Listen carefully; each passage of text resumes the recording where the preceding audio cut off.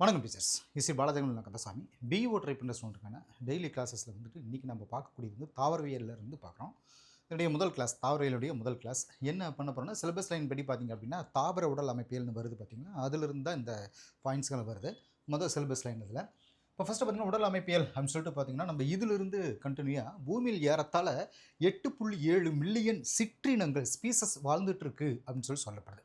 முதல்ல அந்த செல்லினுடைய அமைப்பு என்ன அப்படிங்கிறத நம்ம பார்க்க போகிறோம். செல் அமைப்பு, அதாவது எல்லா உயிரினங்களும் செல்களால் ஆனது தான். செல்களோட அடிப்படையில் உயிரினங்கள் 2 வகையாக பிரிச்சுக்கோங்க. அதாவது ஒன்று தொன்மையுட்கரு, இன்னொன்று உண்மையுட்கரு. தொன்மையுட்கருக்கு இன்னொரு பேர் என்ன சொல்லுவாங்க, தொல்லுட்கரு உயிரிகள் அப்படின்னு சொல்லுவாங்க. உண்மையுட்கருக்கு மெய்யுட்கரு உயிரிகள் அப்படின்னு சொல்லுவாங்க. இப்போ தொல்லுட்கரு உயிர்களில் மைட்டோகாண்ட்ரியா, என்டோபிளாசவலை, உட்கரு அப்படின்னு பல நுண்ணுறுப்புகள் இருக்கிறது இல்லை. எடுத்துக்காட்டுக்கு சொல்லணும் அப்படின்னா பாக்டீரியங்கள், நீலப்பசும்பாசிகள், அப்புறம் மெய்யுட்கரு என்ன சொல்றது மெய்யுட்கரு உயிரிகள் அப்படின்ட்டு அந்த ஒரு செல் உயிரினங்கள் சொல்கிறாங்க. அந்த அமீபா அல்லது பல செல் உயிர்கள் அமைப்பு கொண்டதுன்னு சொல்லப்படுது. இதெல்லாம் வந்து அந்த வகையில் வருது. இதில் உட்கருமும் நுண்ணுறுப்புகளும் இருக்கும். இது ஒன்று தெரிஞ்சுக்கோங்க. இப்போ தாவரங்களில் 2 வகையான இனப்பெருக்கங்கள் நடக்குது. தாவரங்களில் என்ன அப்படின்னா, பாலின இனப்பெருக்கம் ஒன்று, இன்னொன்று பாலின பெருக்கம் அப்படின்னு சொல்லிட்டு 2 இருக்குது உயிரினங்களில். அதாவது பாலின இனப்பெருக்கம் அப்படின்னு பார்த்தீங்கன்னா, இது நமக்கு ரொம்ப முக்கியமானது. இது எக்ஸாம் அடிக்கடி கேட்கறது. கொனிடியங்கள் அப்படிங்கிறது பார்த்தீங்கன்னா ஆஸ்பர்ஜிலஸ், அதுக்கு எக்ஸாம் சொல்லுவாங்க. மொட்டு விடுதல் அப்படிங்கிறது ஹைட்ரா, ஈஸ்ட் இதெல்லாம் சொல்லுவாங்க. இரு பிளவுறுதல் அப்படிங்கிறது வந்து பார்த்தீங்கன்னா பாக்டீரியங்கள், அமீபா இதெல்லாம் சொல்லலாம். துண்டாதல் அப்படிங்கிறது வந்து இதுக்கு எக்ஸாம்பிள் சொல்லணும் அப்படின்னா ஸ்பைரோகைரா இதெல்லாம் சொல்லலாம். புரோட்டினிமா அப்படிங்கிறது மாஸ்கள். அப்புறம் மீளுருவாக்குன்னு ஒன்று இருக்குது, அது பிளனேரியா அப்படின்னு சொல்லிட்டு. இது மூலமாக அந்த பாலின இனப்பெருக்கம் நடக்கும் அப்படின்றது சொல்லுவாங்க. இது வந்து பொறுத்துக்கள் கேட்பாங்க. கொனிடியங்கள், ஆஸ்பர்ஜிலஸ் இந்த மாதிரி வரிசை வரும். இப்போ இதுலேயே வந்து பார்த்திங்கன்னா இந்த வேலைக்கார தேனீக்கள், அப்புறம் கோவேறு கழுதுகள் இதுகிட்ட மலட்டுத்தன்மை காரணமாக இனப்பெருக்கம் நடக்கிறதில்ல.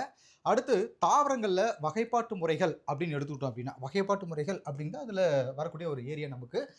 அதே மாதிரி கொஞ்சம் வேலைக்கார தேனி ஓகே ஓகே இதில் பாருங்கள் வகைப்பாட்டு முறைகள் அப்படிங்கிறது 2 பிரிவுகள். என்ன அப்படின்னா, ஒன்று வந்து கார்ல் லின்னேஸ், அதாவது பிளான்டே அனிமேலியா அப்படின்னு சொல்கிறது. இதில் 2 பிரிவுகள் இருக்கும். இது வந்து கார்ல் லின்னேஸ்னுடைய அவர் சொன்ன 2 பிரிவுகள் சொல்லிட்டு தாவரங்களை பிரிச்சிருப்பாரு. 2வது பார்த்தீங்கன்னா 3 பெரும் பிரிவு சொல்லியிருப்பாங்க. அதாவது எர்னஸ்ட் ஹெக்கேல் அப்படிங்கிறது சொல்லியிருப்பார். புரோட்டிஸ்டா, பிளான்டே, அனிமேலியா அப்படின்னு சொல்லிட்டு. 3வது பாருங்க 4 பெரும் பிரிவுகள். இந்த 4 பெரும் பிரிவுகள் வந்து கோப்ளான்ட் அப்படிங்கிறவர் சொல்லியிருப்பார். அதாவது மொனிரா, புரோட்டிஸ்டா, பிளான்டே, அனிமேலியா அப்படின்னு சொல்லிட்டு. அடுத்ததா 5 பிரிவுகள். இதுதான் ரொம்ப ஃபேமஸானது. ஆர்எச் விட்டேகருடைய அந்த 5 பிரிவுகள் தான் ரொம்பவும் ஃபேமஸ். இது வந்து நம்ம அடிக்கடி படிச்சிருப்போம். ஒன்று மொனிரா, புரோட்டிஸ்டா, பூஞ்சைகள், பிளான்டே, அனிமேலியே அப்படின்னு சொல்லிட்டு அந்த 5 பிரிவுகள் இதில் இருக்கும். அடுத்து இதிலே வந்து பார்த்தீங்கன்னா 6ஆம் பிரிவு சொல்லுவாங்க. அதாவது 1998 தாமஸ் கேவாலியர் ஸ்மித் உயிர் உலகத்துக்கு திருத்தப்பட்ட 6 பெரும் பிரிவு வகைப்பாட்டை வெளியிட்டார். இதில் மொனிரா அப்படிங்கிற பெரும் பிரிவை ஆர்கிபாக்டீரியங்கள், அதாவது யூபாக்டீரியங்கள் அப்படின்னு 2 வகையாக பிரிச்சிருப்பாங்க. மொனிரா வகை மட்டும் சரிங்களா. இந்த 6 பிரிவுகளில் இந்த 2 வகையாக பிரிச்சிருப்பாங்க.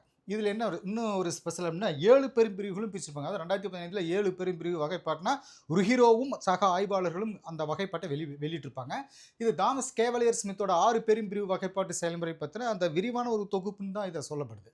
இந்த வகைப்பாட்டின்படி பார்த்தீங்கன்னா உயிர்கள் 2 மிக பெரும் பிரிவுகளாக பிரிச்சிருப்பாங்க. அது புரோகரியேட்டா அண்டு யூகரியேட்டா அப்படின்னு சொல்லியிருப்பாங்க. 2 வகையாக புரோகரியேட்டா அண்டு யூகரியேட்டாக பிரிச்சிருப்பாங்க. அந்த புரோகரியேட்டா 2 பெரும் பிரிவுகளாகும். அதாவது ஆர்கிபாக்டீரியா, அப்புறம் யூபாக்டீரியா அப்படின்னும், யூகரியேட்டியாவை புரோட்டோசோவா, குரோமிஸ்டா, பூஞ்சைகள், பிளான்டே அதாவது தாவரங்கள், மற்றும் அனிமேலியா அதாவது விலங்குகள் அப்படின்னு 5 பெரும் பிரிவுகளாக பிரிக்கப்பட்டிருக்கு. தாவரங்களுடைய வாழ்க்கை சுழற்சி வகைகள் அப்படின்றது வரிசை நம்ம பார்த்தோம் அப்படின்னா யூகரியேட்டியா 5 பிரிச்சிருப்பாங்க. தாவரங்களுடைய வாழ்க்கை சுழற்சி வகைகள் அப்படின்னு பார்த்தீங்கன்னா சந்ததி மாற்றம், அதாவது ஒற்றை மீடிய கேமிட்டராக, அதாவது கேமிட்டராக தாவர நிலை, அதாவது என் அப்படின்னு சொல்லுவாங்க. இரட்டை மீடிய வித்தக தாவர துயன் மாறி மாறி வாழ்க்கை சுழற்சியில் காணப்படக்கூடிய அந்த சந்ததி மாற்றம் அப்படின்னு சொல்லப்படுது. அதை பற்றி டீட்டெயிலாக நம்ம தனியாக பார்ப்போம். இப்போது அடுத்து வகைப்பாட்டியல் அப்படின்ற ஏரியாவில் நம்ம பார்த்தோம் அப்படின்னா, வகைப்பாட்டியலில் வந்து இந்த என்ன சொல்கிறது உயிரினங்களை அடையாளம் காண்றதுக்கும், அப்புறம் வகைப்படுத்துறதுக்கும், அதை பற்றி விளக்குறதுக்கும், அதோட பேர் வைக்கிறதுக்கும் இது எல்லாமே உள்ளடக்கணும் தான் வகைப்பாட்டியல் அப்படின்னு சொல்லப்படுது. பாசிகள், பிரியோஃபைட்டா, டெரிட்டோஃபைட்டா, ஜிம்னோஸ்பெம், மாஞ்சியோஸ்பெம் இவைகளோட வகைப்பாடுகள், பண்புகள், இதோடைய பொருளாதார பண்புகள், புரியுங்களா, பொருளாதார பயன்கள் இதெல்லாம் வந்து இந்த இதில் ரொம்ப ஆழமாக இந்த டாப்பிக்கில் நம்ம ஃபுல்லாக பார்க்க வேண்டியது இருக்குது. அடுத்த இதில் வந்து பார்த்திங்கன்னா செல்ஸ் நமக்கு அந்த இதை வரிகள் அதை கொடுத்துருப்போம். ஏன்னா அது வந்து பெரிய பெரிய டாபிக், அது இம்பார்ட்டன்ட் டாபிக், அது தனித்தனியாக உங்களுக்கு வீடியோ வந்துடும். இப்போ அடுத்து இதில் செல் அப்படிங்கிறது ஒரு ஏரியாவை பார்ப்போம். செல் ஒரு வாழ்வியல் அலகு. செல் அப்படிங்கிற வார்த்தை ஒரு சிறிய பெட்டி அப்படின்னு அதோடைய பொருள். இது வந்து ஒரு லத்தீன் சொல். உயிரினங்களுடைய அடிப்படை மற்றும் செயல் அலகு செல் தான். செல்கள் அப்படின்னு எடுத்துக்கிட்டோம்னா ஃபஸ்ட்டு இந்த செல்கள் அப்படின்னா இதில் இருக்கக்கூடிய பாயிண்ட்ஸில் பார்த்தீங்கன்னா எல்லா உயிரினங்களும் ஒரு செல்லாலேயோ அல்லது பல செல்களாலேயோ ஆனது தான். பல வகையான செல்கள் இருந்தாலும் அது அடிப்படையான சில பண்புகள் இருக்கும். முதல்ல சால்மனெல்லா பாக்டீரியா அப்படின்ற இந்த ஏரியாவை நம்ம பார்ப்போம் ஃபர்ஸ்ட்டு. இதில் என்னன்னா சால்மனெல்லா சிட்ரின்தை சேர்ந்த பாக்டீரியா உணவு நச்சாகிறதுக்கு முக்கியமான காரணியாக கருதப்படுது. சரிங்களா? ராபர்ட் ஹூக் இங்கிலாந்து நாட்டை சேர்ந்த அறிவியலாளர். இவரை பற்றி அதில் நம்ம படிப்போம். இப்போ 1665 வருஷம் மைக்ரோகிராபியா அப்படின்ற தன்னுடைய நூலை வெளியிட்டாரு. அதில் முதல்ல செல் அப்படின்ற சொல்ல பயன்படுத்தி திசுக்களுடைய அமைப்பை ரொம்ப விளக்குனார். கண்டுபிடிப்பு சொல்லிட்டு வரிசை அந்த செல் வந்து எப்படி கண்டுபிடிச்சி அதோட வரிசை வந்தது அப்படின்னா 1660 ராபர்ட் ஹூக் அப்படிங்கிறவர் தேன் கூட்டில் இருக்கிற பல சிறிய அறைகள் அப்படின்ற அமைப்பை தக்கை திசுகளில் பார்த்தார். அப்புறம் 1665 இதுக்கு செல் அப்படின்னு பேர் வச்சார். ஆண்டோஃபான் லியூவன்ஹாக் தான் கண்டுபிடிச்ச ஒரு செல் துகள்களுக்கு அனிமல் கியூல்ஸ் அப்படின்னு பேர் வச்சார். ராபர்ட் பிரவுன் அப்படிங்கிறவர் அப்படின்னா அந்த என்ன சொல்றது தாவர செல்லில் இருக்கக்கூடிய அந்த உருண்டையான அமைப்பிற்கு உட்கரு அப்படின்னு பேர் வச்சார் ராபர்ட் பிரவுன். அப்புறம் ஹெச்ஜே டுட் ரோசட் அவருடைய பேரெல்லாம் வரிசை எழுதிப்பேன். ஹெச்ஜே டுட் ரோசட் அப்படிங்கிறது பார்த்தீங்கன்னா பிரெஞ்சு இவர் அறிவியலாளர். இவர் செல் கோட்பாடு அப்படின்ற கருத்தை வந்து முதல்ல வெளியிட்டார். நுண்ணோக்கி பற்றி நிறைய தகவல்கள் இதில் நமக்கு அந்த பாடப்பகுதியில் கொடுத்துருப்பாங்க. அடுத்து செல் கொள்கை, ஏன்னா அந்த செல்லை பார்க்குறதுக்கு நுண்ணோக்கி நம்ம பயன்படுத்துகிறோம். ஸோ அந்த நுண்ணோக்கியை பற்றி பல தகவல் நம்ம பார்ப்போம் தனியாக.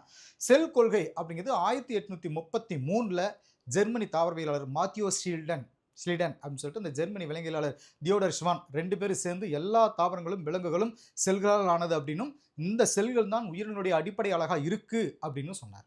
செல்லோடைய முக்கியமான பகுதின்னு சொல்லக்கூடியது புரோட்டோபிளாசம் அவைகளுக்கு இல்லை. அதே மாதிரி பார்த்திங்கன்னா செல் விதி அது சம்மந்தமாக சில தகவல்கள் நம்ம இதில் பார்ப்போம். ஏன்னா இந்த சிலபஸ் வைஸாக ஒரு சிலது நம்ம டீஃபாக போவோம், ஒரு சிலது மேலோட்டமாக வரது காரணம் இந்த சிலபஸில் இருக்கிறது தான். செல் கோட்பாட்டுடைய முக்கியமான அம்சங்கள் அப்படின்னா எல்லா உயிரினங்களும் செல்களால் ஆனது அப்படின்றது முதல் பாயிண்டாக ஃபார்மாலிட்டி படிச்சிட்டாலும், ரெண்டாவதாக எல்லா உயிரினுடைய அமைப்பு மற்றும் செயல்களுடைய அடிப்படை அழகாக திகழ்வது செல் அப்படின்ற ஒரு விஷயத்தையும் நம்ம இதில் தெரிஞ்சுக்குவோம். வேதி தன்மையிலையும் சரி வளர்ச்சிதை மாற்ற செயல்களையும் சரி எல்லா செல்களும் ஒரே மாதிரியானது தான். செல்லோட அமைப்பையும் செயல்களையும் கட்டுப்படுத்துறது டிஎன்ஏ அப்படின்னு சொல்லப்படுது. புரோட்டோபிளாச கொள்கை அப்படிங்கிறது அதுக்கு அடுத்து தான் நம்ம பார்க்க போகிறோம். புரோட்டோபிளாச கொள்கை இதில் என்ன அப்படின்னா புரோட்டோபிளாஸ்தா கார்டி அப்படிங்கிறவர் முதல்ல கண்டுபிடிச்சார். பர்கின்ஜி தாவர செல்களுக்கு உள்ளே காணப்படக்கூடிய அந்த சாட்டினை புரோட்டோபிளாசம் அப்படின்னு பேர் வச்சார். ஹீகோ வான் மோல் அப்படின்றது பார்த்தீங்கன்னா புரோட்டோபிளாசத்தோடைய முக்கியத்துவத்தை சொன்னார் அவர். செல் அளவு மற்றும் அதனுடைய வடிவம் அப்படிங்கிறதுலேருந்து ஒரு சில பாயிண்ட்ஸ் நம்ம பார்ப்போம். செல் அளவு மற்றும் வடிவம் இதில் என்ன பார்க்கணும் அப்படின்னா ஒரே அமைப்பை கொண்ட செல்களுடைய தொகுப்பு திசு அப்படின்னு சொல்லப்படுது. இது ஒரே வகை பணியை செய்யக்கூடியதுன்னு தெரியும். ஒரே மாதிரியான பணியை செய்யக்கூடிய திசுக்களுடைய தொகுப்பு உறுப்பு அப்படின்னு சொல்லப்படுது. ஒரே மாதிரியான வேலையை செய்கிற பல உறுப்புகள் ஒரு உறுப்பு மண்டலத்தை அமைக்குது. எல்லா உறுப்பு மண்டலங்களும் ஒரே மாதிரி சேர்ந்து செயல்பட்டு ஒரு உயிரினம் உருவாகுது. பூஞ்சைகளில் செல்கள் வந்து பார்த்திங்கன்னா உருண்டை வடிவத்தில் இருந்து ஒரு நீள் உருளை வடிவம் வரைக்கும் இருக்குது பூஞ்சைகளில். இது ஒரு தகவலை வச்சுக்கோங்க. செல்லோட அளவு அப்படின்னு சொல்லிட்டு பார்த்திங்கன்னா மைக்ரோமீட்டர்லேருந்து, அதாவது மைக்ரோமீட்டர்னா ஒரு மீட்டரில் 1000ல் ஒரு பகுதி அப்படின்னு சொல்கிறது மைக்ரோமீட்டர் வந்து சில சென்டிமீட்டர் வரைக்கும் வேறுபடுது. நிறைய வகைகள் இருக்குது அளவுகளில். பாக்டீரியாக்கள் ரொம்ப சின்னது அந்த செல்லுன்னு வரும்பொழுது ஒரே செல்லால் ஆனது. அதில் இன்னொரு என்ன அப்படின்னா 0.1லிருந்து 0.5 மைக்ரோமீட்டர் அப்படின்னு சொல்லிட்டு அந்த வரையிலான அளவில் காணப்படுதுன்னு சொல்கிறது. ஒரே செல்லாலான நெருப்பு கோழியோட முட்டையானது 170 mm 170 மில்லிமீட்டர் அளவுக்கு விட்டம் இருக்கும். அதனுடைய விட்டம் அவ்வளோ தூரத்துக்கு இருக்கும். ஒரு இதை வந்து வெறும் கண்ணால் பார்க்க முடியும். இந்த செல் வந்து வெறும் கண்ணால் பார்க்க முடியாது. பார்க்க முடியும், ஆனால் மற்ற செல்கள் வந்து கண்ணால் பார்க்க முடியாது. நுண்ணோக்கியில் தான் பார்க்க முடியும். நமது உடம்புல நரம்பு செல்லானது ரொம்ப நீளமான செல்லாக கருதப்படுதுன்னு சொல்கிறாங்க. அதாவது ஒரு செல் இருக்குன்னு அதனுடைய அளவுக்கும் அந்த உயிரினத்தினுடைய அளவுக்கும் எந்த ஒரு தொடர்பு இல்லை. யானைக்கு பார்த்தீங்கன்னா இருக்கக்கூடிய செல்லுடைய அளவும் ரொம்ப பெருசாக இருக்கணுமோ அப்படின்றதும், அது மாதிரி எறும்பு இருக்கக்கூடிய அந்த செல்களும் ரொம்ப பெருசாக இருக்குமா ரொம்ப சின்னதாக இருக்குமா அப்படின்னு கிடையாது. அந்த செல்லுடைய அளவுக்கும் அந்த உயிரினத்துடைய அளவுக்கும் எந்த ஒரு தொடர்பு இல்லை. செல்கள் பல வடிவங்களில் காணப்படுது. ஒரு செல் உயிரினத்திற்கு உதாரணமாக சொல்லணும் அப்படின்னா சில எளிமையான உயிரினங்கள் ஒரே ஒரு செல்லால் மட்டுமே ஆனது. பாக்டீரியா, அமீபா, கிளாம்டோமோனஸ், ஈஸ்ட் இதெல்லாம் சொல்லலாம். பல செல் உயிரினத்துக்கு உதாரணமாக சொல்லலாம். பல செல் உயிரினங்களில் செல்கள் திசுக்களாகவும் உறுப்புகளாகவும் உறுப்பு மண்டலங்களாகவும் அமைக்கப்பட்டிருக்கு. சரிங்களா? இது வந்து ஒரு செல் பல செல் அப்படின்னு ஒரு விஷயத்தை நம்ம வரும்போது அதை தனியாக பார்ப்போம். வரிசை வருது. இப்போ செல் இதில் என்னென்னா உறுப்பு மண்டலங்கள் இருக்குது. எடுத்துக்காட்டு சொல்லணும்னா ஸ்பைரோகைரா, மாமரம், அப்புறம் மனிதன் இதெல்லாம் சொல்லலாம். இதெல்லாம் புக்கில் கொடுத்துருக்க எக்ஸாம்பிள். செல்லோட வகைகள் அப்படின்னா செல்கள் 2 வகைகளாக பிரிக்கப்பட்டிருக்கு. ஒன்று தெளிவற்ற உட்கருவை கொண்ட ப்ரோகேரியாட்டிக் செல்கள், 2 தெளிவான உட்கருவை கொண்ட யூகேரியட் செல்கள் அப்படின்னு 2 வகையாக இதில் நமக்கு சொல்லப்பட்டிருக்கு. அதாவது இந்த செல்லுடைய வகைகளில் 2 பார்ப்போம். ப்ரோகேரியாட்டிக் செல்கள் அப்படின்றது பார்த்தீங்கன்னா பாக்டீரியா மாதிரியான ஒரு செல் நுண்ணுயிர்களில் ப்ரோகேரியாட்டிக் செல்கள் இருக்குது. இது தெளிவான உட்கருவை கொண்டு இருக்காது அப்படின்னு ஒரு மெசேஜ். இதோட உட்கரு நியூக்ளியாய்டு அப்படின்னு சொல்லப்படுது. அதாவது இந்த நம்ம பூமியில் வந்து பார்த்திங்கன்னா முதல் உருவான செல் பார்த்திங்கன்னா ப்ரோகேரியாட்டிக் செல் அப்படின்னு சொல்லப்படுது. இதனுடைய அந்த விட்டம் பார்த்திங்கன்னா 0.003 மைக்ரோமீட்டர் அதிலிருந்து என்ன சொல்றது 2.0 மைக்ரோமீட்டர் வரையிலும் விட்டம் கொண்டது அப்படின்னு சொல்லிட்டு அந்த செல் இதுக்கு சொல்லுவாங்க. எடுத்துக்காட்டு சொல்லலாம் எக்ஸரிசியா கோலை இதை சொல்லலாம், பாக்டீரியா, நீலப்பசும்பாசிகள், மைக்ரோபிளாஸ்மா, ரிக்கெட்சியே மற்றும் ஸ்பைரே கிரிட் அப்படின்னு சொல்லிட்டு இதில் நிறைய வகைகள் சொன்னால் யூகேரியாட்டிக் செல்கள் அப்படின்னு சொல்லிட்டு பார்த்தோம் அப்படின்னா இந்த யூகேரியாட்டிக் செல்களை தெளிவான உட்கருவி கொண்ட செல்கள் யூகேரியாட்டிக் செல்கள் அப்படின்னு சொல்லப்படுது. முதல் செல்லானது பார்த்தீங்கன்னா 3.8 பில்லியன். அடுத்தது இது பாருங்கள், இது வரும் ரொம்ப முக்கியமாக நோட் பண்ணி வச்சுக்கோங்க. 3.8 பில்லியன் அங்கே இருக்குது.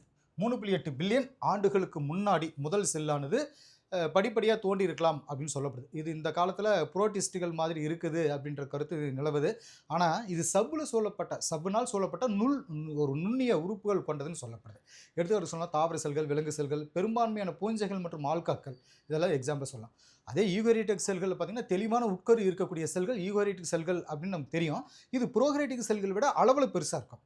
இதோட குரோமோசோம்கள் இருக்கக்கூடிய டிஎன்ஏ வந்து பார்த்தீங்கன்னா ஹிஸ்டோன் அப்படின்ற புரதங்களால் ஆனது அப்படின்னு சொல்லிட்டு நம்ம சொல்லப்படுது.